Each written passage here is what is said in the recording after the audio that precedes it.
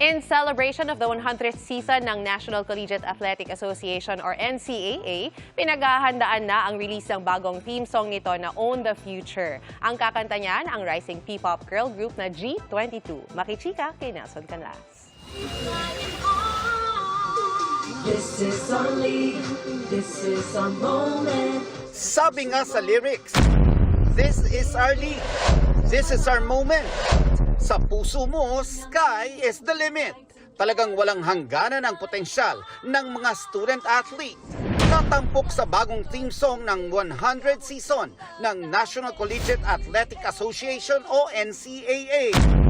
Ang Own the Future, composed yan ni Jazz, Althea at AJ at kakantahin ng fastest rising P-pop girl group na G22. Layon daw ng kantang makapagbigay inspirasyon sa mga kabataan. Gusto namin malaman ng mga tao, especially young people, na the sky is the limit. Kaya nila lahat ng mga pangarap nila to keep dreaming and believe in yourself. And syempre, stay humble, but believe in yourself and be proud of yourself. Dahil mga fan din ng collegiate sports, dream come true para sa girl group ang maging singers ng bagong theme song. Well, first of all, we're so grateful for this opportunity kasi growing up, we would watch NCAA, di ba? We support different schools, support their own teams, and na makabilang po sa kakanta ng theme song. It's such a surreal moment for us. Definitely another one for the books for G22.